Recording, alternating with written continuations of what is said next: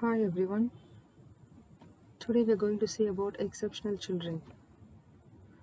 The term exceptional means different things to different people. Some use it when referring to a particularly bright children or the child with unusual talent. Others use it when they refer to any typical or deviant child. But according to Telford and Survey, they said to be exceptional is to be rare of unusual. Let's see a definition.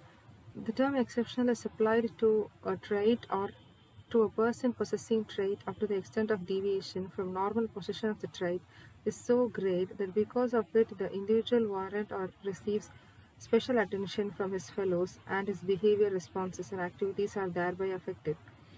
An exceptional child is he who deviates physically, intellectually, and specially so marked by from normal growth and development that he cannot be benefited from regular classroom program and needs special treatment in school.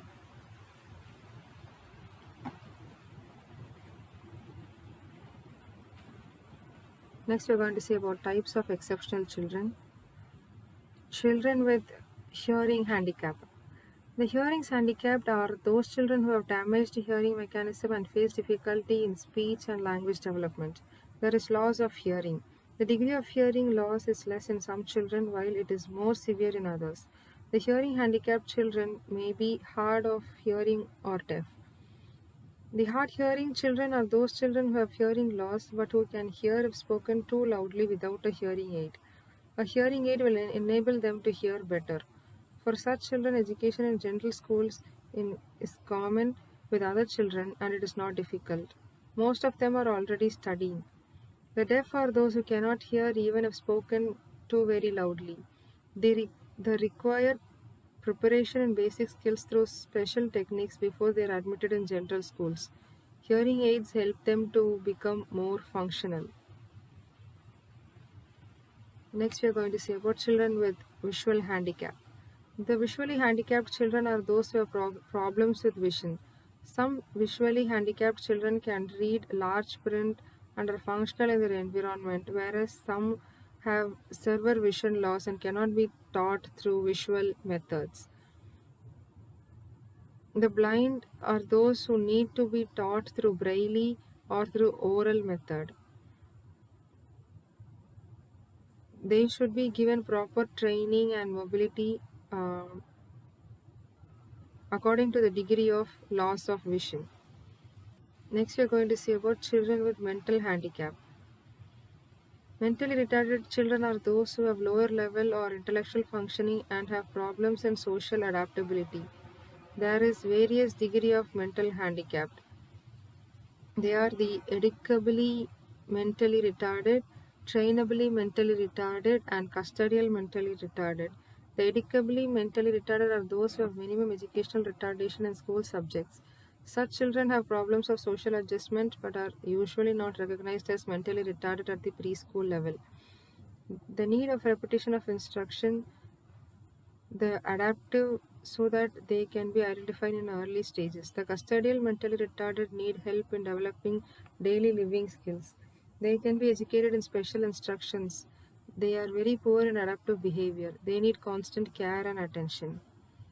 Next, we are going to say about children with learning disability. These children are like other children in intellectual functioning. They are not mentally retarded, nor spelling, reading, writing, arithmetic, listening, and comprehension. Their problem may be due to cerebral dysfunction, emotional, behavioral disturbances, but it is not due to mental retardation. Sensory handicapped children may be categorized into mild learning disabled and severe learning disabled.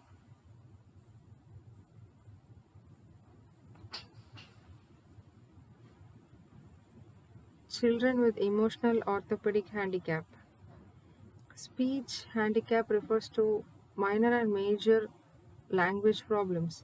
There are children with mild language and speech disorders get unnoticed. While speaking and writing they tend to omit, distort, add or substitute word phrases, letters and alphabets.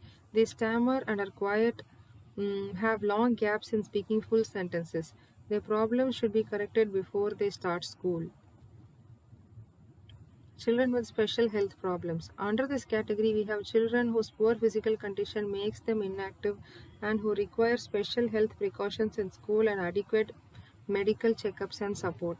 Such children are categorized into two groups: children with mild health problems, children with severe health problems. Epilepsy, diabetic problems, asthma, pain in the joints, and anemia are some of the special health handicaps.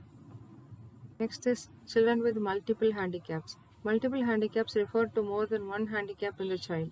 A child be blind and orthopedically handicapped, deaf and orthopedically handicapped, mentally retarded and orthopedically handicapped, and so on. In case of multiple handicaps, one handicap may be primary handicap and the other can be secondary, or one may be more severe than the other.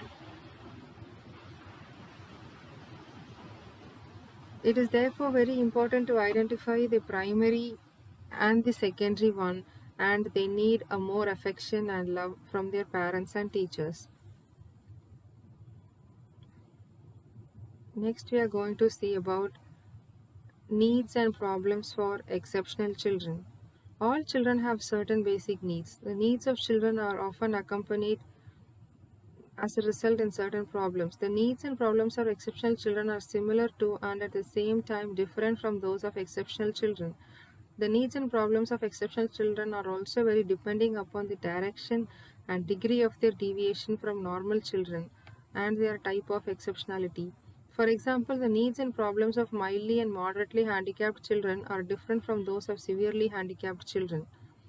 Similarly, the needs and problems of handicapped children are different from those of children with superior ability. Even though the needs and problems of exceptional children are related to their characteristics, they have certain common needs and problems, such as need for appropriate education, need for independent functioning, need for respect for their individuality, etc. Disabled children are like non-disabled children except their specific disabilities. For example, a blind child is like any other sighted child except his loss of vision. Disabled children have a fundamental right to live and participate fully in all settings and programs that are as normalized as possible. But consciously or out of ignorance, we tend to treat them differently in school, at home, in workplace, and in the community. Our differential treatment creates in them and among their peers a feeling of otherness. Disabled children have strong desire for independent functioning. Instead of assisting them to maximize their independent functioning in normal environment, we make them dependent on others. It is perhaps for this reason that many blind and orthopedically handicapped children resort to begging. One of the objectives of special education is to teach the disabled children self-help skills, daily living skills, vocational skills, and assist them to manage their own affairs independently during childhood. An exceptional children where he is handicapped or gifted has an individuality of his own.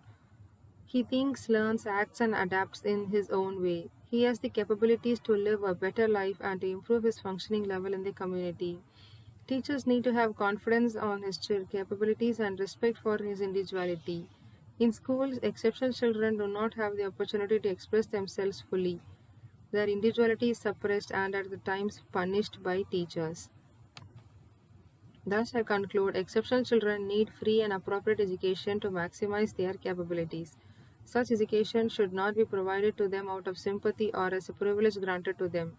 Education is a basic human right, and this must be granted to them just as we provide free and compulsory education to non exceptional children.